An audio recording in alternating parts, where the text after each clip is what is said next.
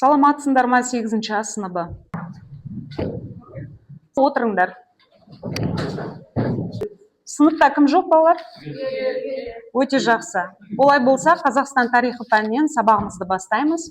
Апта дәйек сөзі ынтымақ жүрген жерде ырыс бірге жүреді демекші, ырысымыз жарасып, бүгінгі сабағымызда жақсы ой, жақсы нәтижелерге жетіп, табысты болайық балалар.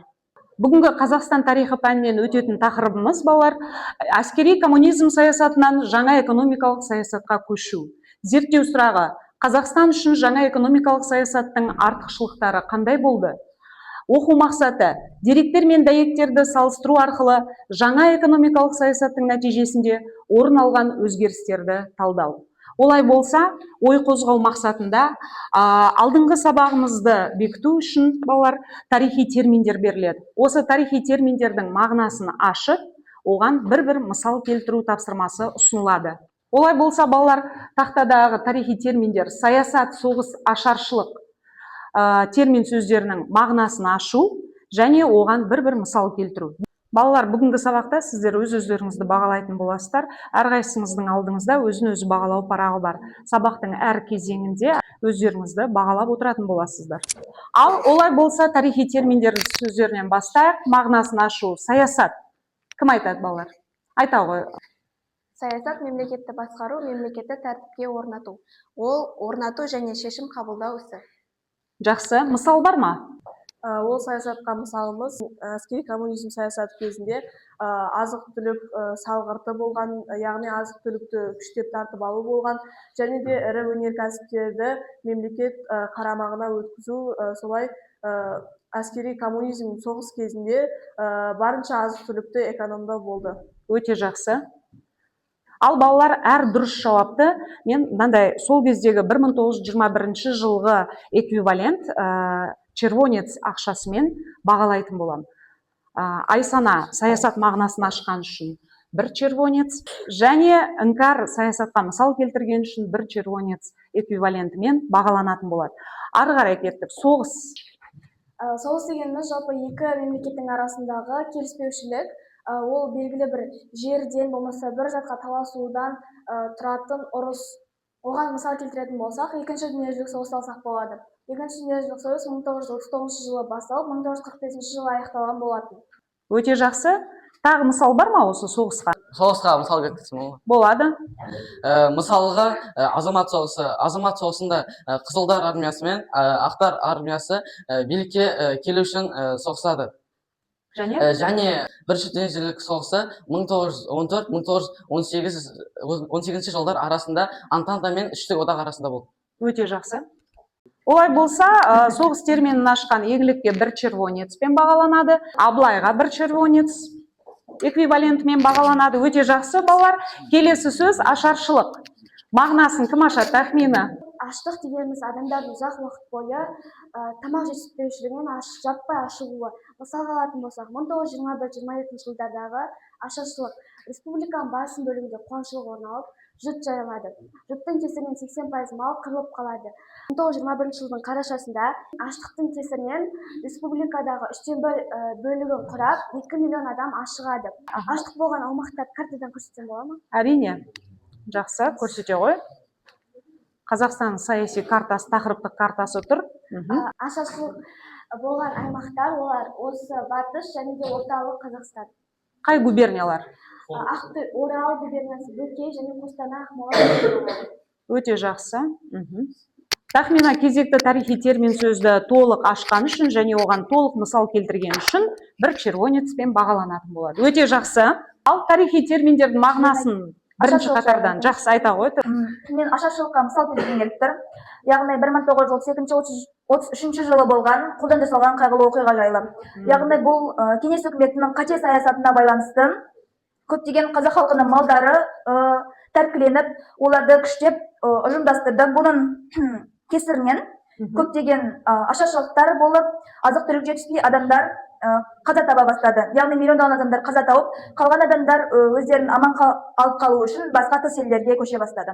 Өте жақсы. Бұл кімнің кезіндегі ашаршылық еді? Кеңес үкіметінің кезінде. Және Қазақстанда кім басшы болды?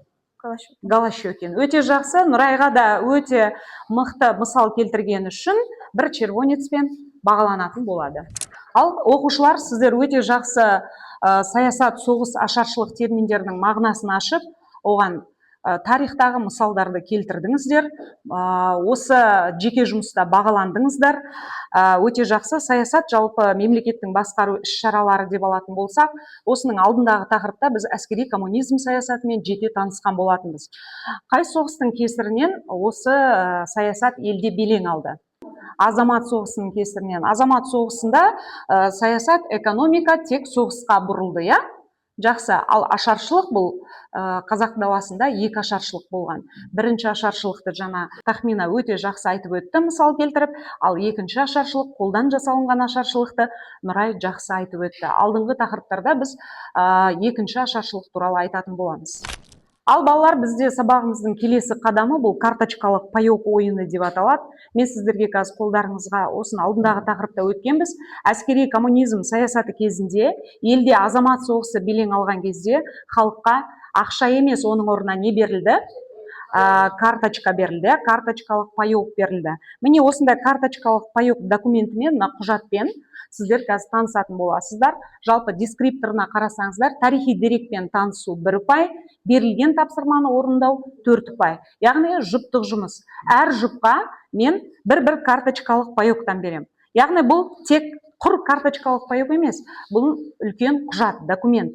Тарихи құжатпен танысасыздар, оның артында тапсырма бар. Тапсырманы жұп болып орындайтын боламыз. Олай болса, іске сәт.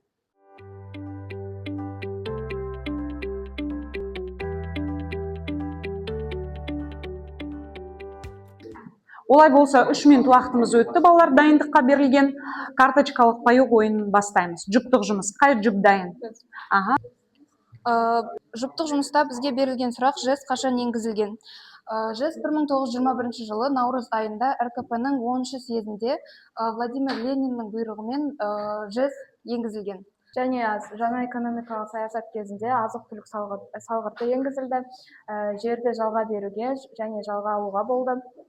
Жалпыға бірдей еңбек міндеткерлігі қойылды. Бұл карточкалық паек 1921 жылы әскери коммунизм кезінде пайда болған.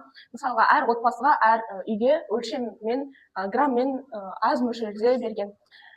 Кедейлерге еңбек артельдерін құруға көмектескен ұйым. Кедейлерге еңбек артельдерін құруға көмектескен ұйымдардың бірі Қазақстанда танымал болған Қосшы одағы. Қосшы одағы Қазақстанда кеңес үкіметі құрылған кезде басында пайда болған ұйымдардың бірі. Жақсы, Айсана, өте жақсы жауап бердіңіздер. Карточкалық паек ойынынан сіздерге баға. Айта ғой. Кедейлерге еңбек артельдерін құруға көмектескен ұйым. Бұл ұйым 1921 жылы құрылған. Бұл Қосшы одағы деп аталған. Өте жақсы. Кейінірек 1930 жылы Кедей одағы деп ауыстырылған. Өте жақсы, Аңсар, сіздер де червонецпен бағаланатын боласыздар. Мына құжатпен жұмыс жасадыңыз ба? Иә. Бұл не құжат екен?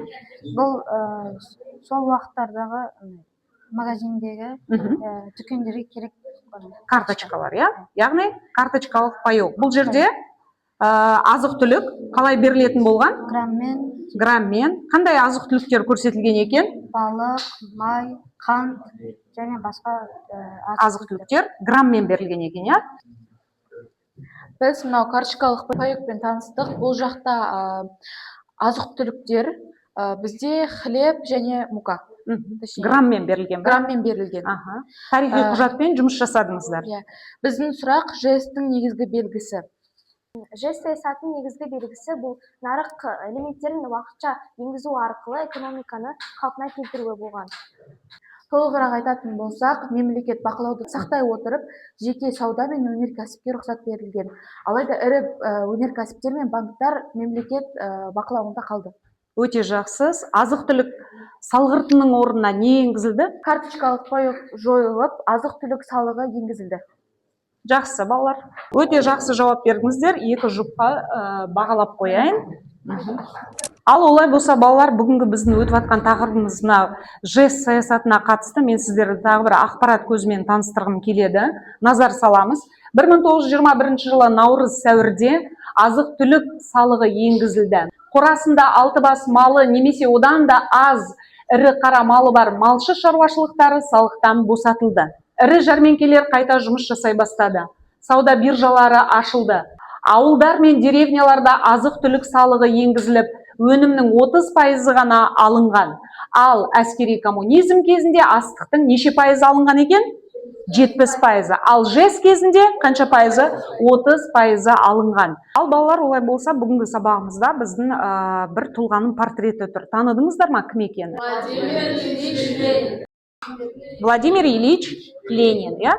Осы кеңес үкіметінің негізін қалаған коммунистік партияның жетекшісі болған бұрынғы большевиктер партиясының көсемі Владимир Ильич Ленин. Олай болса, бүгінгі сабағымызға тағы бір жаңа ақпарат көзі, ЖЭС саясаты туралы Владимир Ильич Лениннің сөзін тыңдаңыздар. Сәлеметсіздер ме, оқушылар? Мен енгізген жаңа экономикалық саясат әскери коммунизмнен кейін экономиканы қалпына келтіруге бағытталған уақытша тактикалық шегіну. Мен шаруа мен қала жұмысшылары арасындағы шағын кәсіпкерлік сел, әлеуметтік теңдік, мемлекет бақылауы негізінде кеңестік билікті нығайтуға тырысамын. Жаңа экономикалық саясаттың нақты 3 мақсатын көрсеттім. Саяси, әлеуметтік, экономикалық. Ал балалар, бізде жеке жұмыс болды, жұптық жұмыс жасадық. Сондай-ақ енді келесі қадам сабағымыздағы топтық жұмыс болып табылады. Олай болса, келесі тапсырма бізде ЖЭС-тің нәтижелерін талқылау мақсатында, зерттеу мақсатында мен бірінші топқа биопоэма зерттеу ағашын ұсынамын. Міне, биопоэма зерттеу ағашы, балалар, ағаштың әр бұтағында дескрипторлар берілген. Міне, осы бойынша сіздер топпен жұмыс жасайсыздар. Екінші топқа мен свод талдау ұсынамын. Яғни свод талдау дескрипторлары сіздер жаңа экономикалық саясаттың нәтижесін талқылайтын боласыздар, талдайтын боласыздар. Ал іске сәт. Үшінші топқа кейс стади, жағдаяттық тапсырма беріледі. Сіздер ЖЭС кезінде шағын наубайхана ашқыларыңыз келді.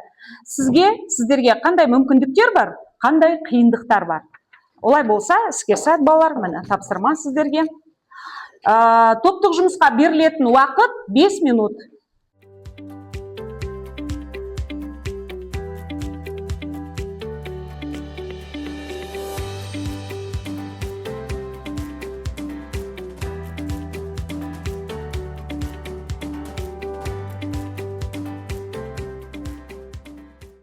Олай болса, екінші топтық жұмысқа дайын екен. Екінші топтың тапсырмасы свод талдау болатын. Бізге берген тапсырма свод талдау. Свод талдау тақырыбы ЖЭС-тің нәтижесінде болған өзгерістерді талдау. Күшті жақтары, энергия тұрақтылығы, құрылыс шығындардың төмендігі, ауа райына тәуелсіз жұмыс істеуі. Әлсіз жақтары, қоршаған ортаны ластау, жаңартылмайтын қорларда тау суы, пайдалы әсер коэффициентінің төмендігі. Мүмкіндіктері: жаңа тазарту сүзгілерін орнату, газ отынына көшу арқылы зиянсыз заттарды орнату, қондырғыларды жаңарту. Өте жақсы. Көбінесе свод талдауда сіздер өнеркәсіп саласын алыпсыздар, иә? Жақсы. Отырыңыздар. Ал топтық жұмыста қай топ дайын? Жақсы.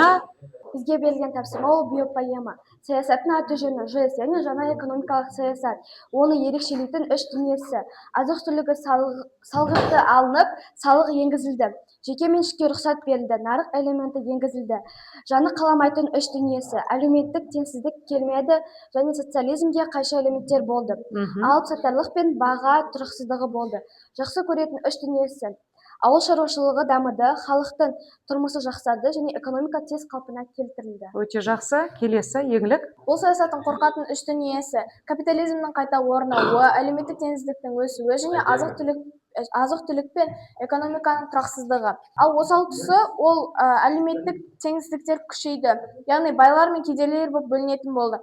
Социализм принциптерінің ауытқу қатерінің болуы. Өте жақсы зерттеу поэмасын жасапсыздар. Зерттеу поэмасы ағашы өте жақсы шықты, ұтымды шықты.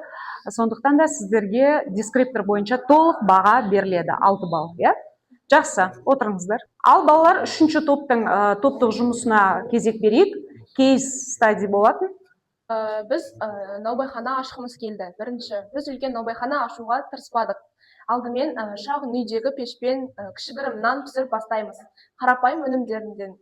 Мысалға, қара нан, бөлке, самсақ, қатпарлы нан сияқты бастапқы арзан әрі өтімді тағамдар. жэс кезінде халықтың негізгі сұранысы арзан әрі күнделікті азық түліктер. жэс жеке меншік және шағын жеке кәсіпорындар ашуға мүмкіндік берді. Сондықтан наубайхана ашу заңды болды. Және қиындықтары. Бірінші, салық бар. Салық төлеуіміз керек. Билік кез келген уақытта саясатты күрт өзгертуі мүмкін. Өте жақсы. Үшінші, қарызды басқа мемлекеттерден жалға сұрау, қарыз алу, яғни.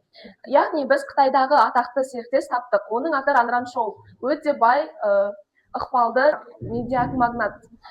Қытайдағы ең өте бай, ықпалды атақты серіктес. Ол неше түрлі фильмдердің жобасын сүрген және Стрит Смит жобасының басшысы болған. Міне, біз суретінде қойып қойдық. Міне, балалар 3-ші топтың кейс стади жағдаяттық тапсырма берілген болатын. Өте жақсы тапсырманы орындап шығыпсыздар. Бұл топқа да толық баға беріледі. 6 ұпай. Мінекей. Жақсы. Жақсы оқушылар, топтық жұмысты да өте жақсы орындап шықтыңыздар. Олай болса, сабағымызды қорытындылап бекіту үшін мына сұрақтарға жауап беріп өтсек. Сонымен, жаңа экономикалық саясат қай жылы енгізіліпті? Жақсы. Жаңа экономикалық саясат негізі қай жылы тоқтайды? 1925.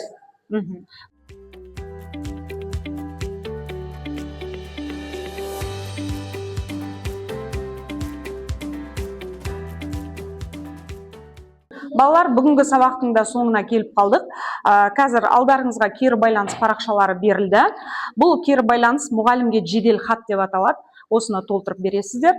Үйге тапсырма балалар. Уильямс Гордон негізін қалаған синектика әдісі бойынша жаңа экономикалық саясатқа теңеу жасай отыра сурет салу не эссе жазу.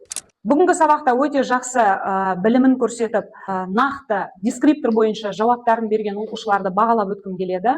Бұл бізде тахмина сол кездегі 1921 жылғы жэс кезіндегі червонецтің алтын динарымен бағалаймын. Тахминаға 10 балл. Сондай-ақ еңлік, осы бірінші топта еңлікті де осындай динармен бағалаймын. Червонецтің алтын динарымен. Сондай-ақ осы топта тағы да бір оқушы өте жақсы жауабымен көзге түсті. Бұл бізде Көркемай алтын динармен бағалаймын. Червонец. Айсананы бағалаймын алтын монетамен. Сондай-ақ Іңкарды бағалаймын. 10 балл Іңкар. Сондай-ақ бізде екінші топта топтық жұмыста, жеке жұмыста, жүптік жұмыста жақсы белсене қатысқан қыздарды бағалаймын. Эмилия алтын динармен бағаланады. Нұрай алтын динармен бағаланады. Медина бізде жақсы жауап берді жүптік жұмыста. Медина алтын динармен бағаланады. Свод талдауда өзінің мықты талдауын көрсеткен Жанель алтын динармен бағаланады. Ал балалар, бүгінгі сабағымыздың зерттеу сұрағы Қазақстан үшін жаңа экономикалық саясаттың артықшылықтары қандай болды деген сұраққа жауап таптық. Айта ғой. Жаңа экономикалық саясаттың артықшылығы, яғни азық-түлік салығы алынып, жаңадан салық енгізілді. Және де ірі кәсіпорындарға, жеке саудаға рұқсат берілді. Өте жақсы. Сондай-ақ біз оқу мақсаты деректер мен дәйектерді салыстыру арқылы жаңа экономикалық саясаттың нәтижесінде орын алған өзгерістерді талдадық. Осымен сабағымыз аяқталды. Сау болыңыздар.